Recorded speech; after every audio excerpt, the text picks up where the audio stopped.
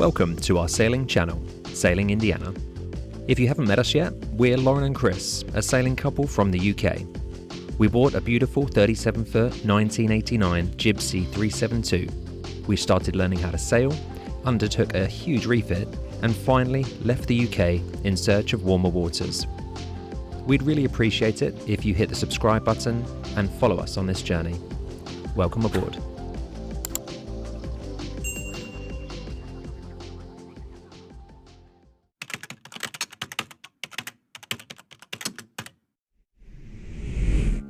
Welcome to Gijon. If you watched our last episode, you'll have seen us arriving, unceremoniously, following our 3-day passage across the Bay of Biscay. This week, you'll see us leave Gijon to undertake a 140 nautical mile passage, heading west out of the Bay of Biscay and towards A Coruña.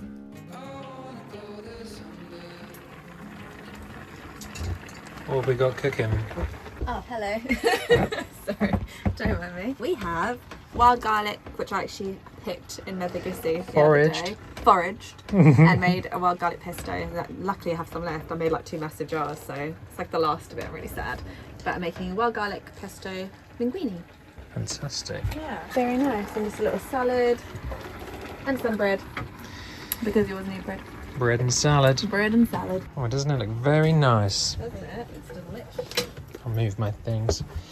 Well, ignore all that stuff here. But anyway, it's very nice. For our second night in Spain. Yeah, second night. We had a lovely dinner last night out, so we're going to be good tonight and have dinner on the boat. Yes. And use up some of the food, because I stocked up for the apocalypse when we left before. But actually leaving England just to France, the Channel crossing, I think I had enough food to last us an Atlantic crossing, but that's what I do, so we're going to use up the food that I have. And out here is a lovely marina we're in. It's worth a visit, we would say. Lovely. Looks so delicious. A little dinner. Wine from the restaurant last night. Just a little pasta. Perfect. Inspecting the engine after we used it for a ungodly amount of time across the Biscay. One of the engine lights was flashing on the panel when we were coming in the rough seas, and I think it was where the boat was tipping up and tipping down a lot, and I thought, oh, it's probably potentially oil level or something like that, or oil pressure, I don't know, but it said low pressure. So just taking out the dipstick, and to my horror, that little tip of black at the end there is where the oil level is now. It was halfway between the min and the max, and now it's not. So that's not great, and there's no sign of oil spills throughout the engine, so it's definitely been burning oil. Something to keep an eye on and see how quickly it is burning through as we go along the rest of our journey. But yeah, time to top it up. I wanna go there someday. I know we're going somewhere. Into the danger zone.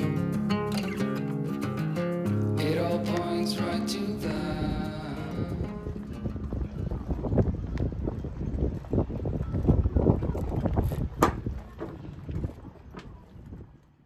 All right, time to leave Gijon, and yeah, we're just getting lines to slip, and yeah, it's nice and breezy. We're just going to go out and see what the wave height's like, if we like it or not. If we don't, we'll come back. But yeah, we're trying to get to A Coruna, so wish us luck. Yeah. Warm enough, place here. Alright, I'll put it in a minute. Okay. She feed her back as slow as she goes. Yeah, slip her now.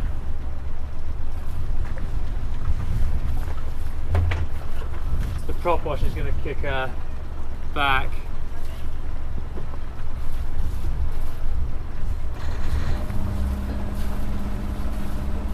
Let's try and spin in, because the prop wash isn't going to get us out of here. The boat coming in now. Yeah, I see it.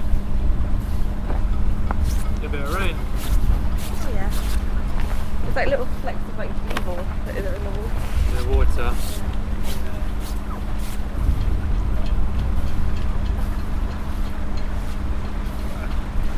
There's another boat there, yeah? Yeah. Careful, that wall's there. Yeah.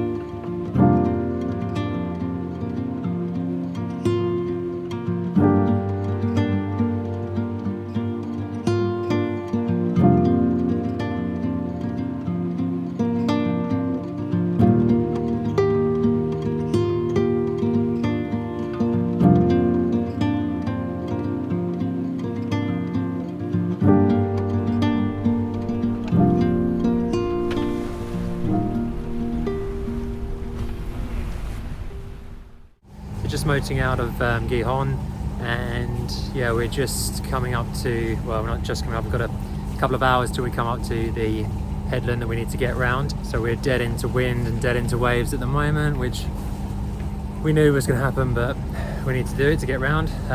It's kind of squalls on and off, like wind will come up to about 20 knots ish, mid 20s, and then come back down to nothing for a bit. And yeah, so I think we're just about to get another one now, and so it will rain a little bit and then that's it. But I think that's kind of going to be how it is for the day, and then maybe tomorrow as well, so we'll see. But yeah, so we need to just get around here, and then we can, hopefully the angle we'll have some wind, and we can get some sail up and turn the engine off, so that'll be great. Yeah, we've been out for maybe 2 and a bit hours, probably got about 3, maybe 4, we're not going that fast, to get around this headland. So yeah, we'll keep you posted.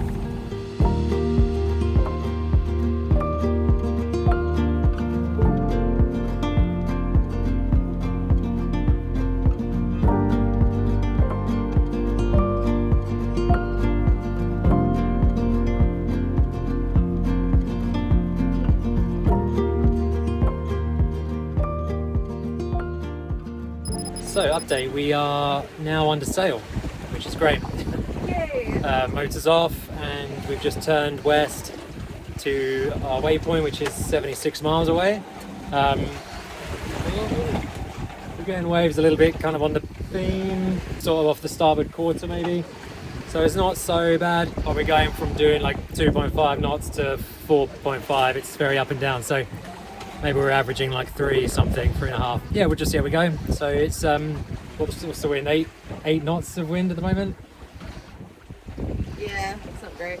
So yeah, not perfect conditions, but we are sailing and we're out, and it's a beautiful day, so we can't complain.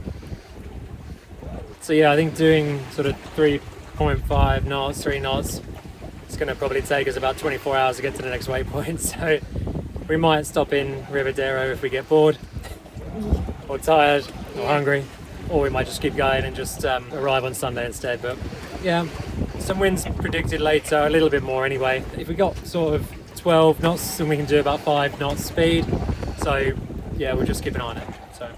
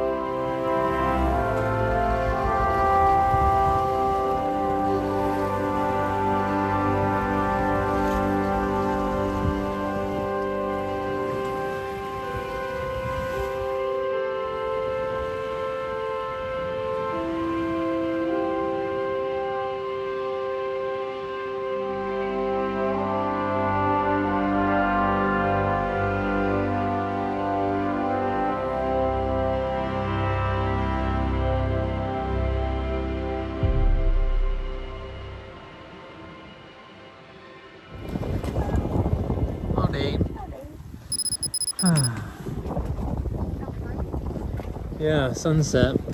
Sunset. Not very much wind. 7 knots of wind. So now we're rolling around again. Yeah, comes and goes, but I think 2.6. it might be dropping off a bit late, like tonight. I don't know. It's joys of sailing. You hear the sails flogging in the background. Yeah, it's really beautiful out here. At least the sea's calmed down a bit as well. Yeah, it is very beautiful. Could just be a long night of flogging sails and yeah, not getting very far. But It's okay. we got all the time in the world. We do? Yeah.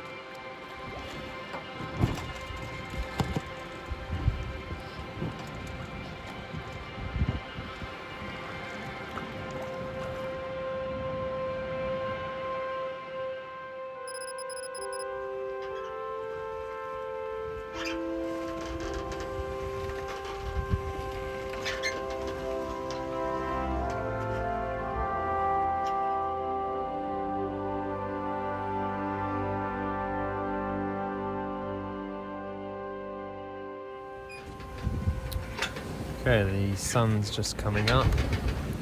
In the background it's about 6:30 in the morning. And yeah, that's the night shift done. We managed to sail the whole way through the night, apart from 1 hour, I think, between 12 and 1, where the wind died, but then it's just been pretty consistent ever since. The odd squall coming through, which you could still see the clouds forming, and we were able to sort of reef in a little bit and cruise along. So it was, yeah, a decent amount of wind, which was surprising, given the forecast wasn't so promising. And we'll see what today brings. I think we'll try and get around the headland, and then as far west as possible before heading south.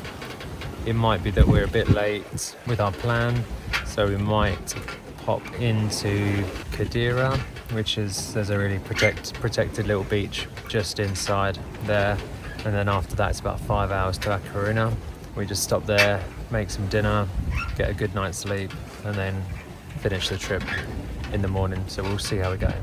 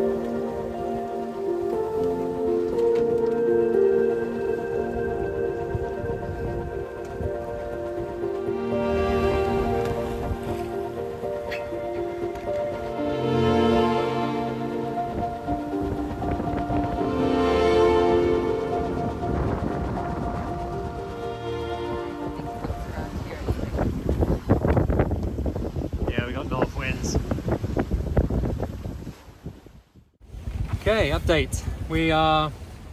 We've decided to go to Cedeira. We'll probably arrive there about 4 o'clock or something. We just thought it's been a good sail. We don't really want to arrive at A Coruna at night, so we'll just recuperate there and have some food and have a good sleep, and yeah, and just pop out tomorrow and do the rest of it. So that's good. Yeah, so Lauren's just going through the books now and checking the approach. Yeah. Very good. So we're just making sure there's nothing that we don't want to find there. But it's pretty rolly now. We're just coming out and around that corner at the top to make our way down the Atlantic sort of western side. So we're just coming out of the Bay of Biscay, really. Swell's kicked up a bit because this is fresh off the Atlantic. Yeah, otherwise all right.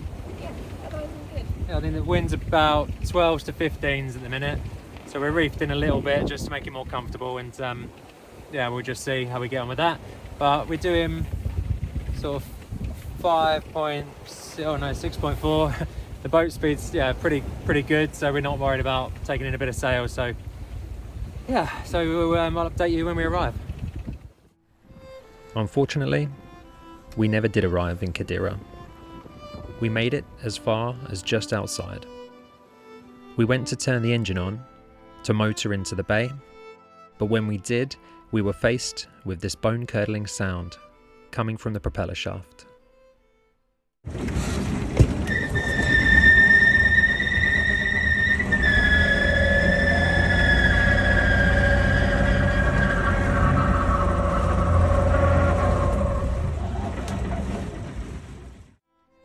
Only a few months earlier, we'd had work carried out to our propeller bracket and also had our stern gland replaced. This made us fear the worst, and that any further attempts to use the engine could lead to a failure in those two areas, either of which could quite quickly sink the boat. We decided we'd carry on to A Coruna. It was another 4 or 5 hours away, but it is a major port with mechanics, a hoist, or even a rescue boat.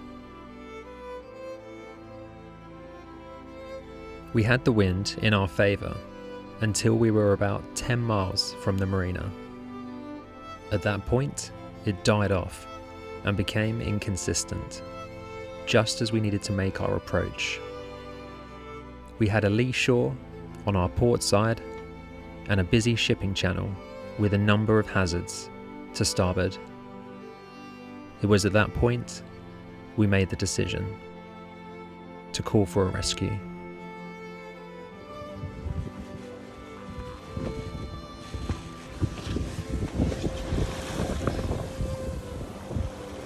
Yes, this is for mine all the time. Also, sometimes I will for the rescue boat, and I call you back with the ETA of the rescue boat to your position.